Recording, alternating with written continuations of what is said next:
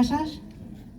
Εκ μέρους του Προέδρου και του Διοικητικού Συμβουλίου του Ιστορικού Συλλόγου της Καλιθέας Αργοναύτε Κομνηνή, χαιρετίζω την όμορφη εκδήλωση που διοργανώνουν ο Σύλλογος Γυναικών Καστορίου και ο Σύλλογος Ποντίων Λακωνίας ο Πόντος.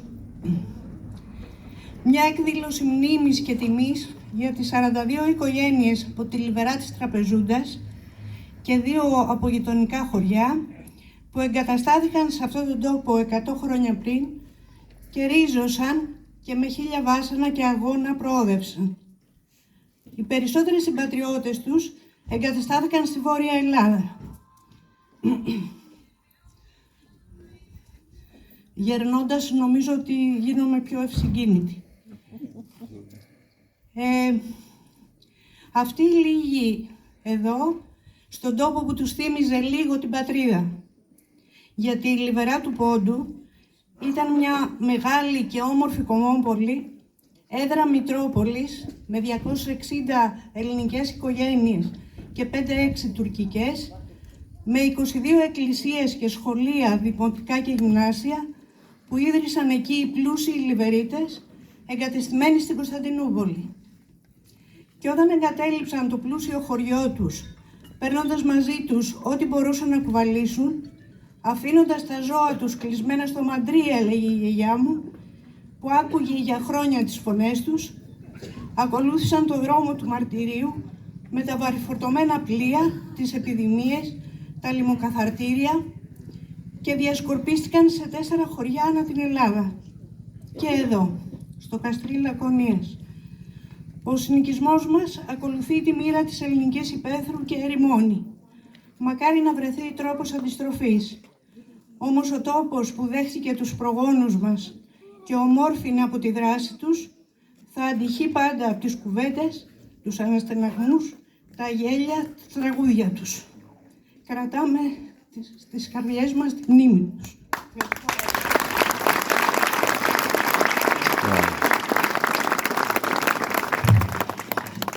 Ακολουθεί σύντομος χαιρετισμός από την πρόεδρο του Συλλόγου Ποντίων ο Πόντος, κυρία Μαρία Νεοφωτίστου.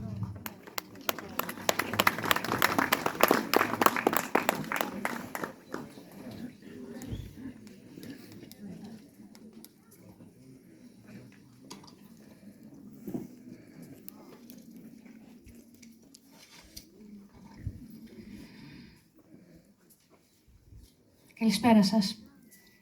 Θεοφιλέστατε πατέρα Θεόφιλε, σεβαστέ πατέρα Γεώργιε, σεβαστέ πατέρα Νεκτάριε, κύριε Αντιδήμαρχε Κοινωνικής Πολιτικής Παιδείας και Δημοτικής Ενότητας Μιστρά, κυρίες και κύριοι εκπρόσωποι της τοπικής αυτοδιοίκησης, κυρίες και κύριοι, εκ μέρους του Συλλόγου Ποντίων Λακωνίας ο Πόντος, σας καλωσορίζω στη σημερινή μας εκδήλωση που συνδιοργανώσαμε με την ομάδα Γυναικών Καστορίου. Με την ευκαιρία θα ήθελα να συγχαρώ την νεοσύστατη αυτή ομάδα και να ευχηθώ στις κυρίες που την απαρτίζουν να είναι πάντα τόσο δημιουργικές, επίμονες και δραστήριες, συμβάλλοντας με τις δράσεις τους στη διάδοση και διατήρηση των παραδόσεων, των ηθών και των εθήμων της περιοχής μας και φυσικά του πολιτισμού.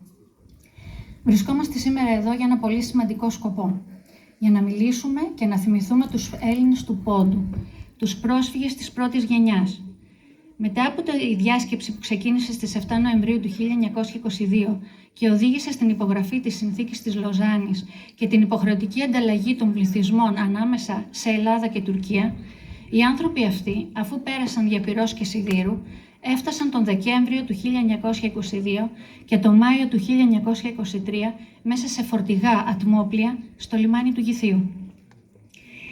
Κάποιοι εγκαθίστανται εκεί, δημιουργώντας προσφυγικό συνοικισμό, ενώ άλλοι τοποθετούνται στη Σπάρτη και στα χωριά του Ταϊγέτου, στο Ξηροκάμπι, στην Παλιοπαναγιά, στα Καμίνια, αλλά και νοτιότερα στην Ελιά και στην Μονεμβάσια.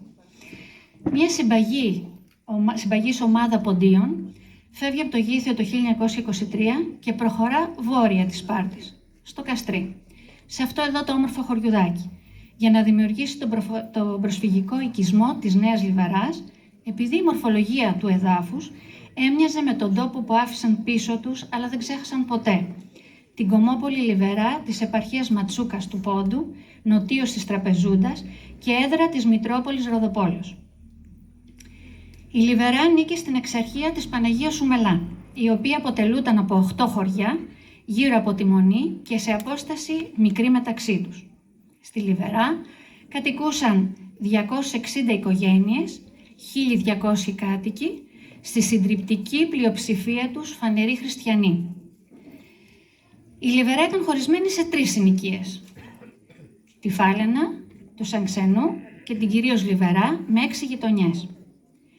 Στη Λιβερά λειτουργούσε πλήρης αστική σχολή με 200 μαθητές, στην οποία επί πενταετίας διευθυντής ήταν ο ποιητής Στέλιος Περάτζας, ο οποίος οργάνωσε τη λειτουργία των σχολείων της περιοχής. Στο κέντρο του χωριού ξεχώριζε το Μητροπολιτικό Μέγαρο και δίπλα υπήρχε η εκκλησία του Αγίου Γεωργίου. Στη Λιβερά υπήρχαν 22 εκκλησίες, οι οποίες φυσικά δεν υπάρχουν τώρα. Στην πλατεία του χωριού υπήρχαν μαγαζιά και καφενεία.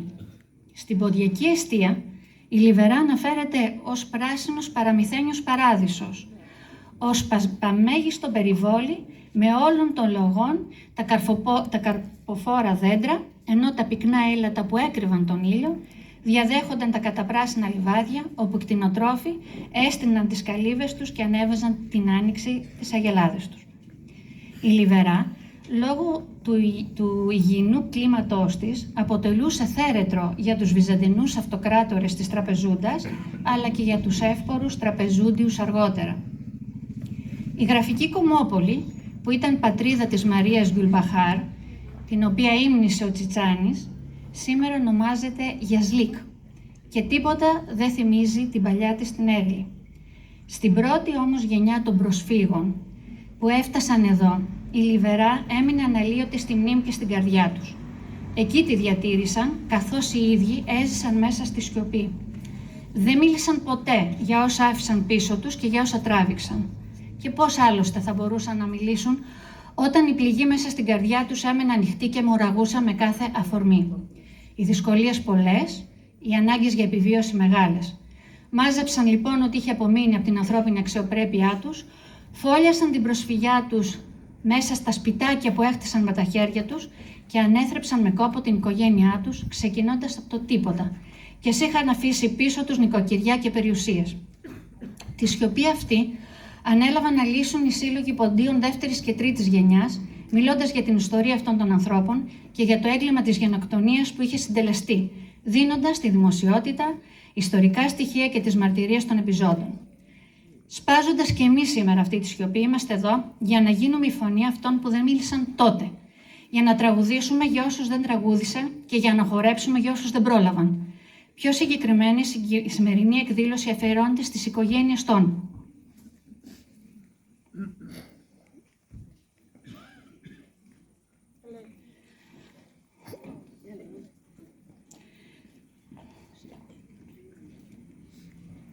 Ιωάννη Γελοπίδη, Γεωργίου Πεϊμανίδη, Γεωργίου Γεροντίδη,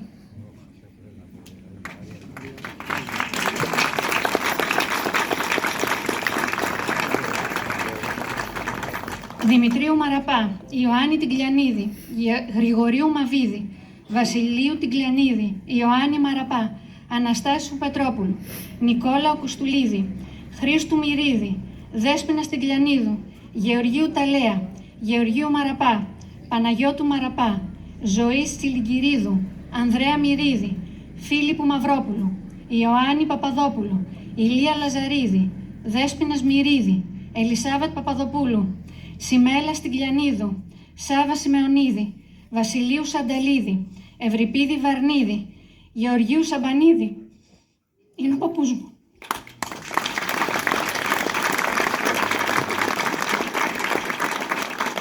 Ελευθερίου Τσαρίδη, Γεωργίου Δημητριάδη, Γεωργίου Κουλιανίδη, Δημητρίου Τουφανίδη, Αναστασίου Τσατζουρεκίδη, Δέσποινας Κεμερίδου, Θεόδωρου Τραχανίδη, Νικόλαου Φιλιππίδη, Χρυσοστόμου Σαμπανίδη, Μωυσή Κελεσίδη, Κυριάκου Αμανατίδη, Χρυσοστόμου Τιγκλιανίδη, Γεωργίου Τιγκλιανίδη, Ιωάννη Πεϊμανίδη, Αναστασίου Τσατζουρεκίδη. Για όλους αυτούς είμαστε σήμερα εδώ. Ευχαριστώ πολύ.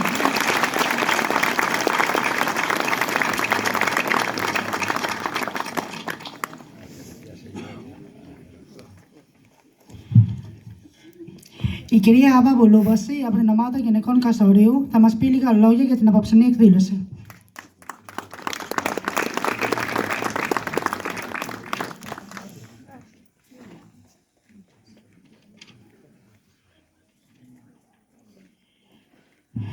Καλησπέρα σας.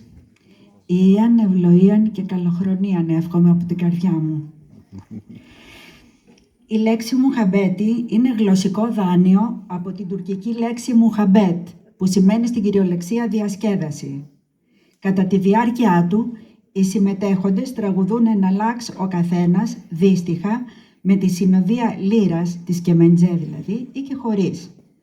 Λέγονται αστεία και ανέκδοτα, καθώς και διάφορες ιστορίες, πραγματικές ή φανταστικές, τα μεσέλια.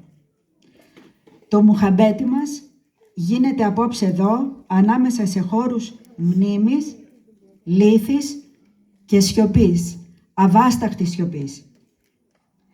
Στο προαύλιο της Μικρασιάτισσας Αγίας Βαρβάρας, από την Οικομίδια της Βυθινίας, δίπλα στο Δημοτικό Σχολείο που βοήθησαν να κτιστεί οι πρόσφυγες και απέναντι από τον προσφυγικό συνοικισμό της Νέας Λιβεράς, στη σκιά του ήρωα άρχοντα Πυρνοκοκά, που έπεσε θύμα όχι μόνο των Τούρκων, αλλά δυστυχώς και των φιλοδοξιών των δύο αδελφών Δημητρίου και Θωμά Παλαιολόγων.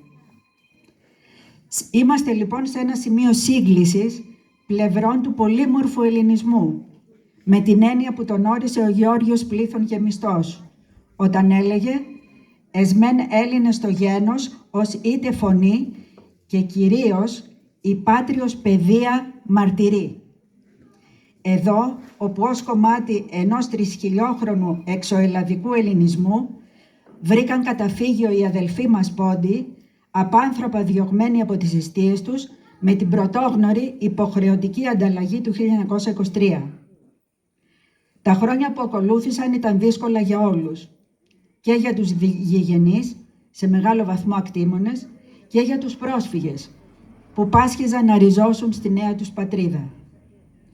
Αν και ήταν μεγάλη η συμβολή τους, τόσο στην τοπική οικονομία, όσο και στον πολιτισμό, οι αδελφοί μας πρόσφυγες, που εκδιώχθηκαν βίαια από τον αρχαίο ελληνικό πόντο, παρουσιάστηκαν ως ξένοι, ως παιδιά ενός κατώτερου θεού, και οφείλουμε να το λέμε σήμερα. Αντί να προσεγγιστεί το πρόβλημα σε όλες του τις εσωτερικές και εξωτερικές διαστάσεις, κάτι που θα βοηθούσε, νομίζουμε, να καλλιεργηθεί η ενότητα και η κοινωνική συνοχή, επιλέχθηκε η σιωπή, ως μια κάποια λύση που θα έλεγε ο δικός μας Καβάφης. Τη βαριά σιωπή που κάλυψε εκείνη την τραυματική περίοδο, θέλουμε να σπάσουμε απόψε. Απέναντι στα κυρίαρχα και ενίοτε αντικρουόμενα επίσημα αφηγήματα, θέλουμε να ακούσουμε τις μικρές εντός εισαγωγικών ιστορίες των ανθρώπων, των δικών μας ανθρώπων. Ελπίζοντας λοιπόν όχι απλά να διασκεδάσουμε, αλλά να μοιραστούμε μνήμες, να αναστοχαστούμε πάνω σε αυτές και να φύγουμε όλοι πιο πλούσιοι από τη σημερινή συνέβρεση. Εύχομαι να περάσουμε όμορφα και ζεστά. Γεια σας.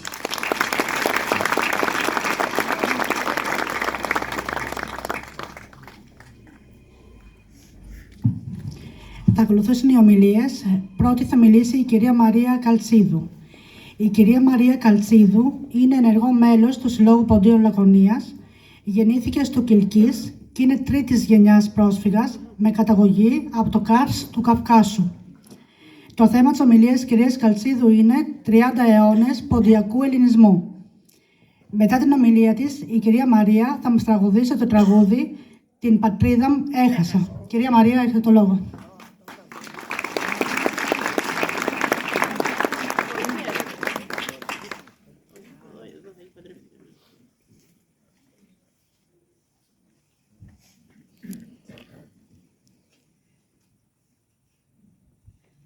Ιαν και ευλογίαν.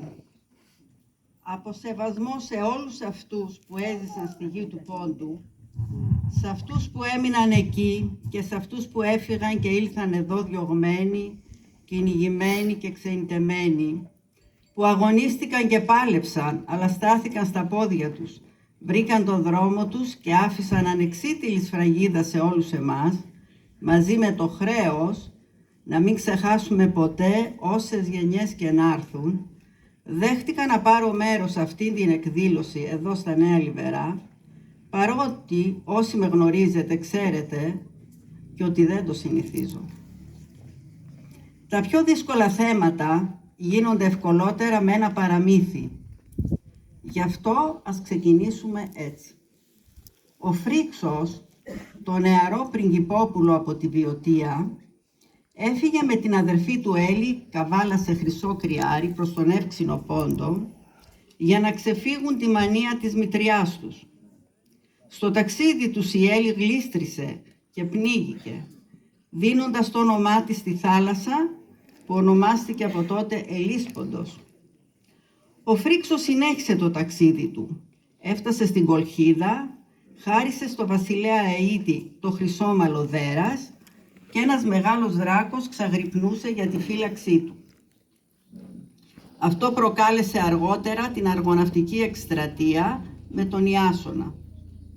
Ο μύθος εξηγεί γιατί οι Έλληνες, αψηφώντας τόσους κινδύνους, πέρασαν τον Εύξηνο Πόντο, γνώρισαν την άγρια θάλασσα και τις παράλιες χώρες της, ζητώντας μέταλλα και το πιο πολύτιμο από αυτά το χρυσάφι. Αλλά το θαυμάσιο παραμύθι μπλέχτηκε άρρηκτα με την ιστορία, καθώς οι Έλληνες δημιούργησαν πάρα πολλές πόλεις αποικίες που η ονομασία τους, πολλών ακόμη και σήμερα, μαρτυρά την ελληνικότητά τους. Αθήνε, Τραπεζούς, Κερασούς, Κωτίωρα, Αμισός, Αμάσια, Ηράκλεια και οι Βυζαντινές Θεοδοσία, Κεσάρια, Καπαδοκία και άλλες. Στον Όμηρο, Πόντος σημαίνει θάλασσα, πλατιά, ανήσυχη, ανοιχτό πέλαγος. Σήμερα, όταν αναφερόμαστε στον Πόντο, εννοούμε τον γεωγραφικό χώρο της Βόρειας Μικράς Ασίας, που αρχίζει ανατολικά από τα σύνορα Τουρκίας με τη Γεωργία και τελειώνει δυτικά πέρα από τη Συνόπη στον ποταμό Άλλη. Νότια εκτείνεται μέχρι την Νικόπολη. Δηλαδή, οι Πόντιοι είναι Έλληνες που κατοίκησαν στην περιοχή αυτή από την αρχαιότητα μέχρι το 1922-23, οπότε με τη συνθήκη της Λοζάνης υποχρεώθηκαν να εκπατριστούν και να εγκατασταθούν κυρίως στη Μητροπολιτική Ελλάδα. Για τους απογόνους αυτών των εκατομμυρίων Ελλήνων που έζησαν στις περιοχές αυτές, ο Πόντος ταυτίζεται με τις μνήμες από τη λαμπρή ιστορία που έγραψαν και τον ανυπέρβλητο πολιτισμό που δημιούργησαν για 3.000 χρόνια οι πρόγονοί τους, αλλά και το τραγικό τέλος τους. Στην ποντιακή διάλεκτο έχουν διασωθεί πολλά στοιχεία της Ιωνικής από την οποία προήλθε, διατηρώντας λέξεις και φράσεις που συναντάμε στην Ηλιάδα και στην Οδύσσεια του Ομήρου, αρχής γενομένης από τα επώνυμα που συνεχίζουν την ομηρική παράδοση.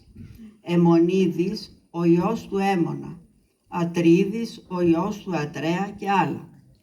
Υπάρχει δε μια περιοχή του Όφεως στον Ανατολικό Πόντο, όπου οι κάτοικοι στο σύνολό τους Οθωμανοί στο θρήσκευμα, μετά από αναγκαστικό εκμουσουλμανισμό, ομιλούν την ποντιακή διάλεκτο ως μητρική γλώσσα που την αποκαλούν Ρωμαίικα. Οι ποντιακοί χωροί υπό τους ήχους της ποντιακής λύρας, του Κεβεντζέ, του Νταουλιού και του Τουλουμιού ασκού, διατηρούν πολλά κοινά στοιχεία με τους αρχαίους ελληνικούς χορούς, παραδείγματος χάρη ο Πυρίχιος.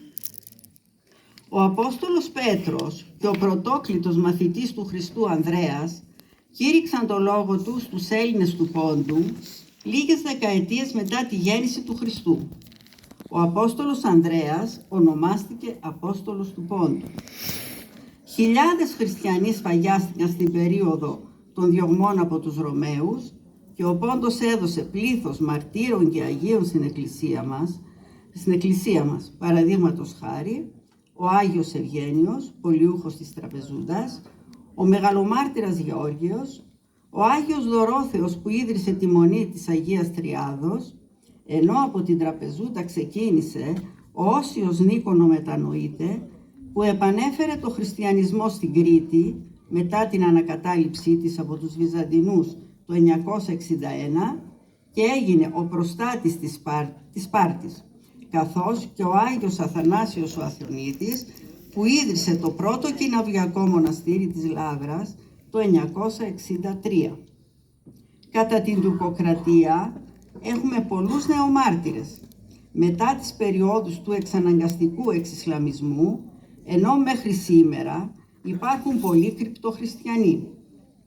Πάρα πολλές εκκλησίες χτίστηκαν στον Πόντο και πολλά μοναστήρια με χαρακτηριστικές την Παναγία Σουμελά ή την Παναγία Χρυσοκεφάλου στην Τραπεζούντα, τον Άγιο Γεώργιο Περιστερεώτα και τον Άγιο Ιωάννη Βαζελώνος. Η εκπαιδευτική κίνηση στον Πόντο είναι πολύ σημαντική. Πλήθος λογίων και κληρικών φρόντισαν για την καλλιέργεια των γραμμάτων και τη διδασκαλία της αρχαιοελληνικής γλώσσας και ιστορίας. Σημαντικό πνευματικό κέντρο ήταν το φροντιστήριο της Τραπεζούντας με σχολή μαθηματικών και αστρονομίας, ενώ και το μικρότερο ελληνικό χωριό είχε το δικό του σχολείο, όπου τα Ελληνόπουλα διδάσκονταν την ελληνική ιστορία, αρχίζοντας πάντα από την αργοναυτική εκστρατεία και τους μυρίους του Ξενοφόντα. Ο Πόντος, όπως και η Καπαδοκία, είναι μια από τις γενέτειρες των ακριτικών ασμάτων. Η λαϊκή μούσα έχει ψάλει τον Κωνσταντίνο Γαβρά για την πολεμική του Ανδρεία και τα ηρωικά του κατορθώματα. Το 1860 τα σχολεία υπολογίζονται σε 1401, ενώ τυπογραφία, περιοδικά, 14 ελληνόγλωσσες εφημερίδες, λέξεις, ελέσχες και θέατρα υπογραμμίζουν το υψηλό πνευματικό επίπεδο του Πόντου. Η Τραπεζούντα κυρίως παρουσιάζει σπάνια οικονομική άνθηση, στηριγμένη στη γεωργία, κτηνοτροφία, εμπόριο και βιοτεχνία, συνοδευόμενη από πνευματική και πολιτιστική. Ο ελληνοκεντρικός προσανατολισμός κράτησε μέχρι τις αρχές του 20ου αιώνα, οπότε άρχισε η πολιτική εξόντωση των Ελλήνων από τις νεοτουρκικές κυβερνήσεις.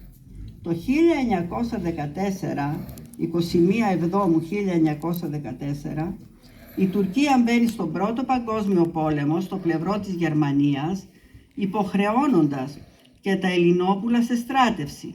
Οπότε, οι Πόντιοι καταφεύγουν στα γύρω τους βουνά, προκειμένου να αποφύγουν τη σύλληψη και την εκτέλεση, δημιουργώντας το περίφημο Αντάρτικο του Πόντου. Το Αντάρτικο αυτό δεν νικήθηκε ποτέ.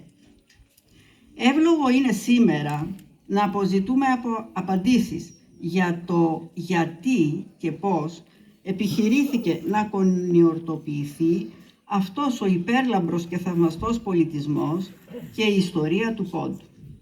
Αντί άλλης εξήγησης και επιλόγου, παραθέτουμε απόσπασμα από το μνημειώδες έργο του αείμνηστου Μητροπολίτη Τραπεζούντος Χρύσανθου, του τελευταίου αργοναύτη, όπως αποκαλείται σήμερα, με τίτλο «Η Εκκλησία Τραπεζούντος».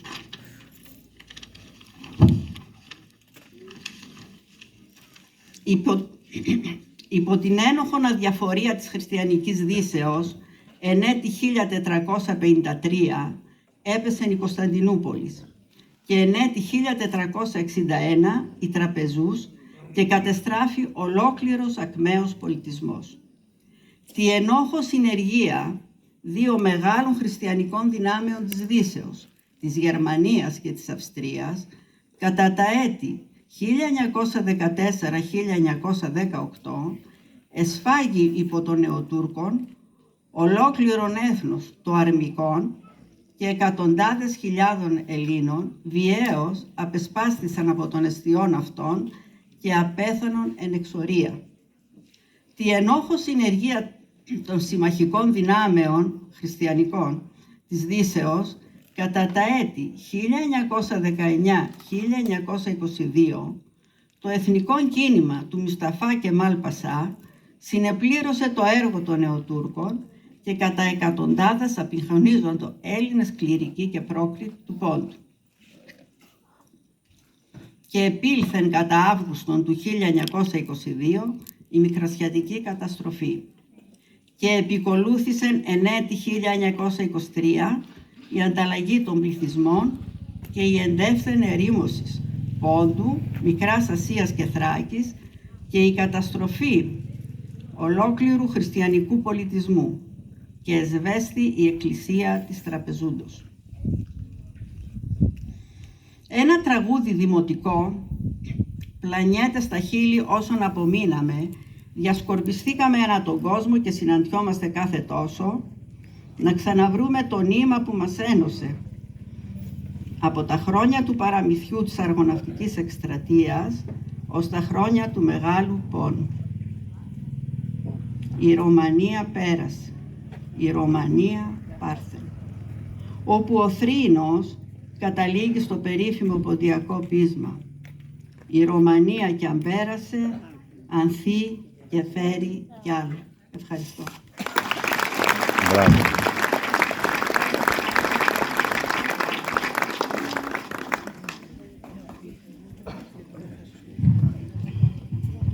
Ακολουθεί η ομιλία του κύριου Γιώργου Μυρίδη. Ο κύριος Γιώργος Μυρίδης γεννήθηκε και μεγάλωσε... Συγγνώμη.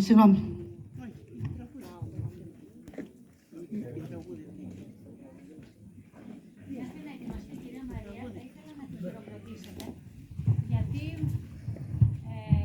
πάντα συγκινείται όταν λέει την πατρίδα με έχασα και...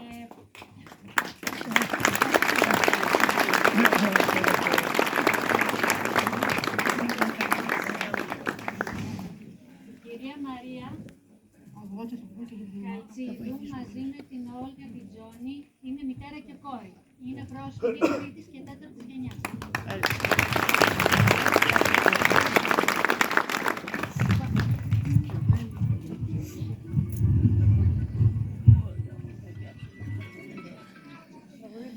Την πατρίδα με χάσα, έκλαψα και πόνεσα.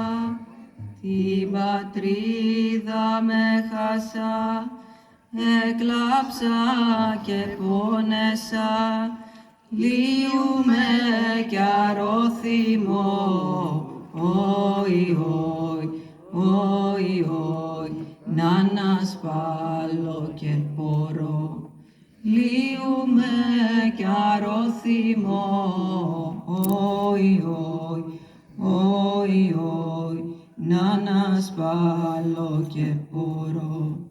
Μία κι άλλον στη ζωή, σο πεγάδιμ συναυλή. Μία κι άλλον στη ζωή, σο πεγάδιμ συναυλή.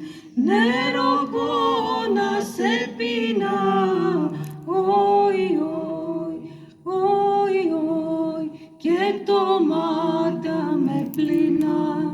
Νερό πόνα σε πείνα, όι, όι, όι, όι, και το μάτα με πλήνα. Τα ταφεία με χάσα, δε θάψα και νεσπαλά. Τα ταφεία με χάσα, δε θάψα και νεσπαλά. Τε με τέρτσα να στορώ, όι, όι, όι, όι, και σοψόπον κουβαλώ. Τε με τέρτσα να στορώ, όι, όι, όι, όι, και σοψόπον κουβαλώ. Μίαν κι άλλον στην ζωή, σο πεγάδιμ συναυλή. Μίαν κι άλλον στην ζωή, σο πεγάδιμ συναυλή. Νερό πόνα σε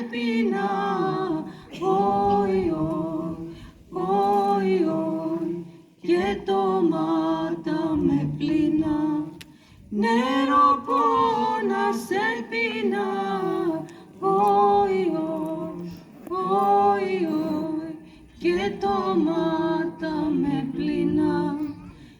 Εκκλησία σέρημα, μοναστήρια κάντιλα. Εκκλησία σέρημα, μοναστήρια κάντιλα. Πόρτας και παράθυρα, όι, όι, όι, όι, έπαιρναν άκρα νύχτα. Πόρτας και παράθυρα, όι, όι, όι, όι, έπαιρναν άκρα νύχτα. Μία κι άλλο στην ζωή, σο πεγάδιν στην αυλή.